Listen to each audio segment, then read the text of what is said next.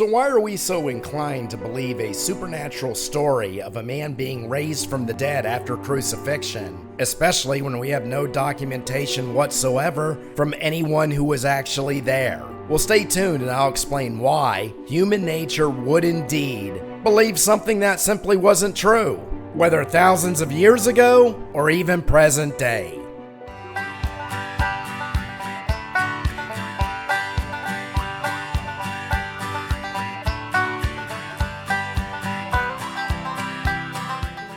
One of the biggest offenses for those who believe in the resurrection of Jesus Christ was that there is no way that many people would have spread a message if the event weren't true. After all, Christ's death and supposed resurrection did launch the movement for Christianity.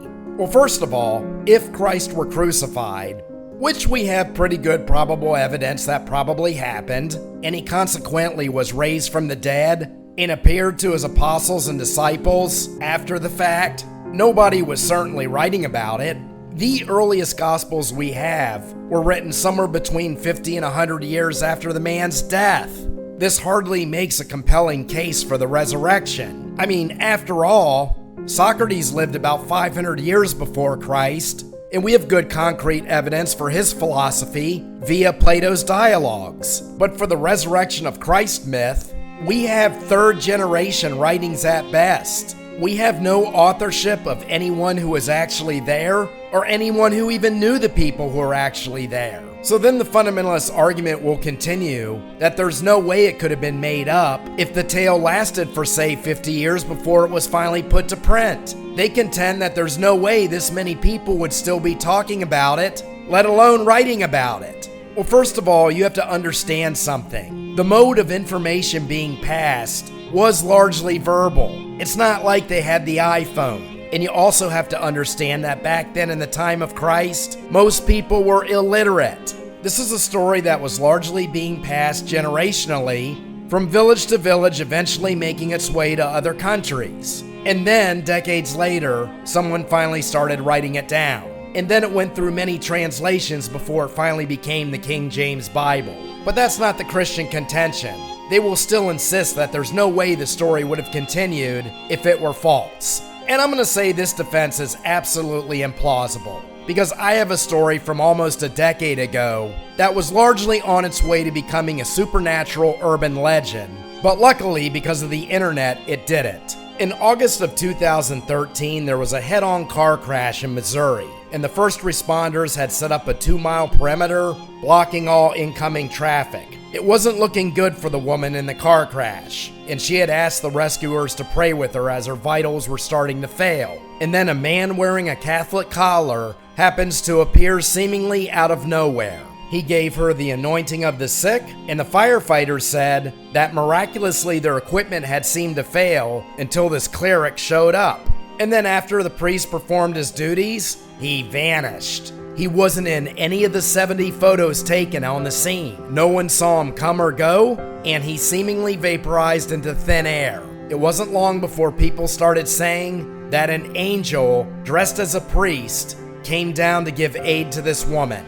And I remember, because I had an evangelist friend at the time, that their community went nuts over this. An angel had come to earth, giving mankind yet another sign that God is always with us. Within a day or two, another supernatural event directly from God had been confirmed in the fundamentalist community. Now, I read this story when it first appeared on the internet, and I thought, very interesting. But let's give it a few days and see what the internet has to say then. And sure enough, the mystery angel/priest read about his own story in the media, and he immediately came forward to the news station. His name was Father Patrick Dowling, a Roman Catholic priest in Jefferson City, Missouri. He didn't magically appear and disappear into thin air because everyone was looking at the victim of the car crash. Nobody noticed when he walked up and nobody paid attention when he left, and he just happened not to be in any of the photos.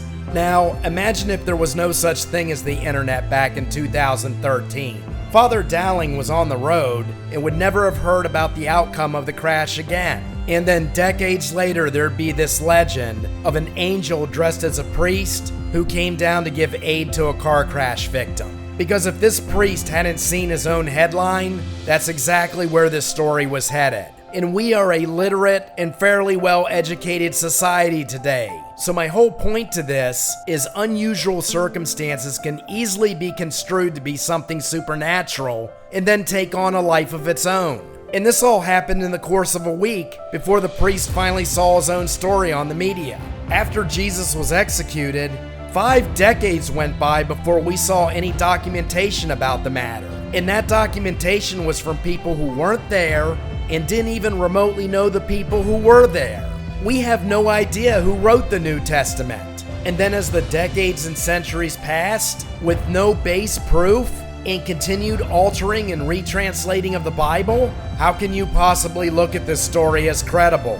And then the fundamentalist Christian will say, well, name another religion where such supernatural stories withstood the test of time. Gee, I don't know. Ever heard of Islam, where Muhammad went to heaven on a winged horse?